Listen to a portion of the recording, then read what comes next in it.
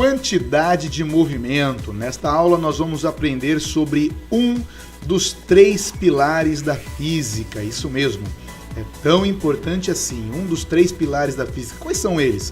Um deles a gente já estudou, que é a conservação, a lei da conservação da energia. É um dos pilares da física. O outro é esse que nós vamos estudar agora, que é a lei da conservação da quantidade de movimento. E o outro a gente só vai estudar lá no 3º ano do ensino médio, que é a lei da conservação da quantidade de carga elétrica. Esses 3 disse que são os pilares da física porque nada do que nós sabemos de física hoje foi desenvolvido sem esses conceitos. Se algum desses conceitos, se alguma dessas ideias for um dia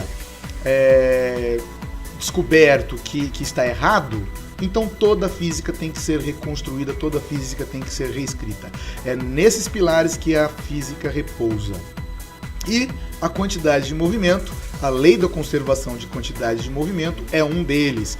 Primeiro nós precisamos definir a quantidade de movimento. O que é a quantidade de movimento? Matematicamente, nós definimos quantidade de movimento como sendo o produto da massa de um objeto pela velocidade. Então, quantidade de movimento é igual a massa vezes a velocidade. Depende da massa e da velocidade, é diretamente proporcional à massa e também é diretamente proporcional à velocidade. Vou dar aqui 2 exemplos. Imagine que você tem um carro de 1000 kg a 80 km por hora. Qual é a quantidade de movimento deste carro?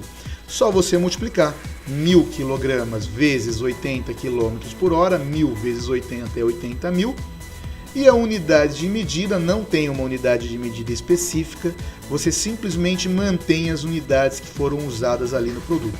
No caso, 80.000 quilômetro por hora. Você lê assim, 80.000 quilômetro por hora. E se você tiver um ciclista em uma bicicleta, de 100 kg a 5 metros por segundo, qual é a quantidade de movimento deste sistema, desse conjunto? É simplesmente a quantidade de movimento vai ser 100 kg vezes 5 metros por segundo, 100 vezes 5 igual a 500 kg metro por segundo. 500 kg metro por segundo. É assim que se calcula a quantidade de movimento de um objeto. Bom, mas o que importa mesmo nos sistemas, várias vezes, é a variação da quantidade de movimento, que é chamado também de impulso. Então, o impulso nada mais é do que a variação, delta significa variação na física, o impulso nada mais é do que a variação da quantidade de movimento.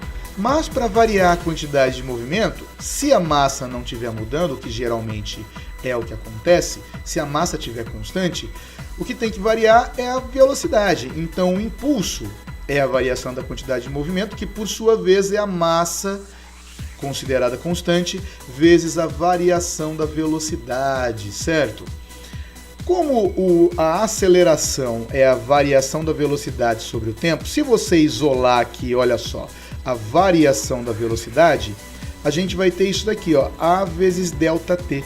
Passa o ΔT multiplicando ali naquela equação, Então a variação da velocidade é igual à aceleração vezes o intervalo de tempo.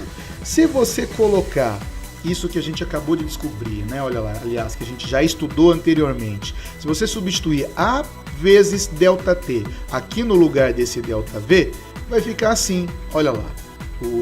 Trocando o ΔV por A ΔT, fica essa fórmula grande aqui, que ainda não é o nosso interesse. Trocando ΔV por A ΔT, a gente vai obter essa fórmula grande aqui. Mas olha só, apareceu uma coisa familiar aqui nessa fórmula, que é esse M vezes A aqui. O que é esse M vezes A que nós já estudamos anteriormente?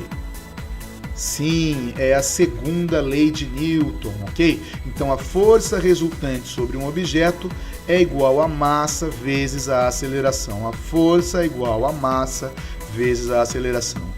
Então, tirando esse MA e colocando o F no lugar, vai ficar isso aqui. O impulso é igual a força vezes o intervalo de tempo que você aplica essa força. Então, tem 3 maneiras de você calcular o impulso. O impulso ele é igual à variação da quantidade de movimento, ou também ele é a massa vezes a variação da velocidade. E agora, no fim, a gente descobriu também que o impulso é a força vezes a variação do tempo.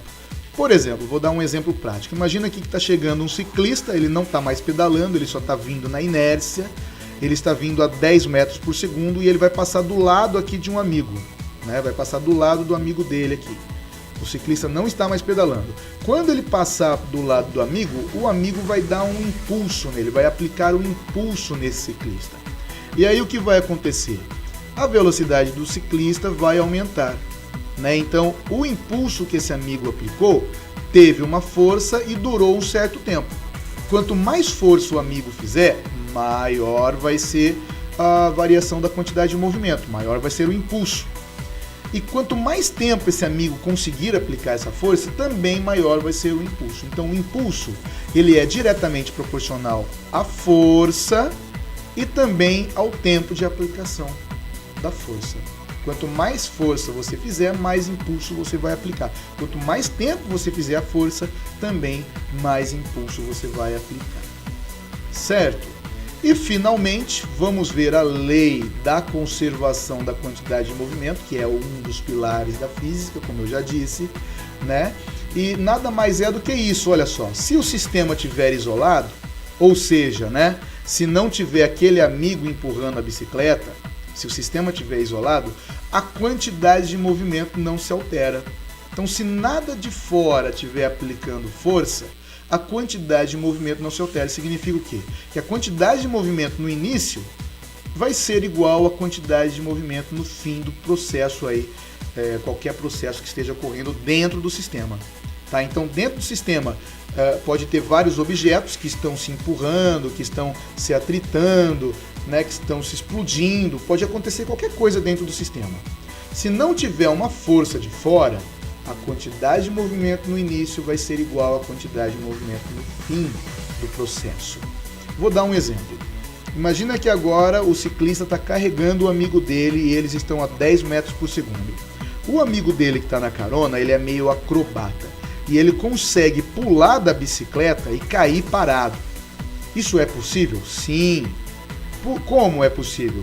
O carona, ele tem que transferir a quantidade de movimento dele para o ciclista. Então, se ele conseguir dar um impulso no ciclista de tal maneira que ele transfere a quantidade de movimento dele toda para ficar toda no ciclista, então ele vai ficar com zero de quantidade de movimento, ele vai cair parado e toda a quantidade de movimento que tinha no início vai ser transferida para o ciclista. Vamos conferir. O ciclista mais a bicicleta tem 100 kg. O carona tem 50 kg. Então qual é a quantidade de movimento inicial? 100 mais 50 da massa dos dois, vezes 10 da velocidade, vai dar 1.500 kg/metro por segundo. Essa é a quantidade de movimento que os dois têm no início aqui. Quando o carona pula para trás, olha só o que vai acontecer. A quantidade de movimento dele é zero. 50 da massa vezes 0 da velocidade vai dar 0. Só que a velocidade do ciclista aumentou para 15 e ele tem 100.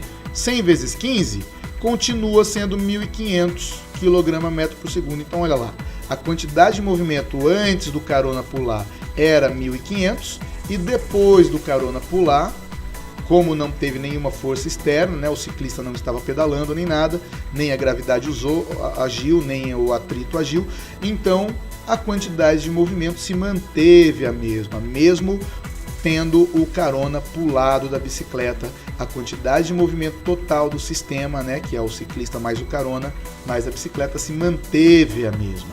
Então é isso, ok? A conservação, a lei da conservação da quantidade de movimento é essa, e isso é o que você precisa saber por agora. Obrigado, até mais.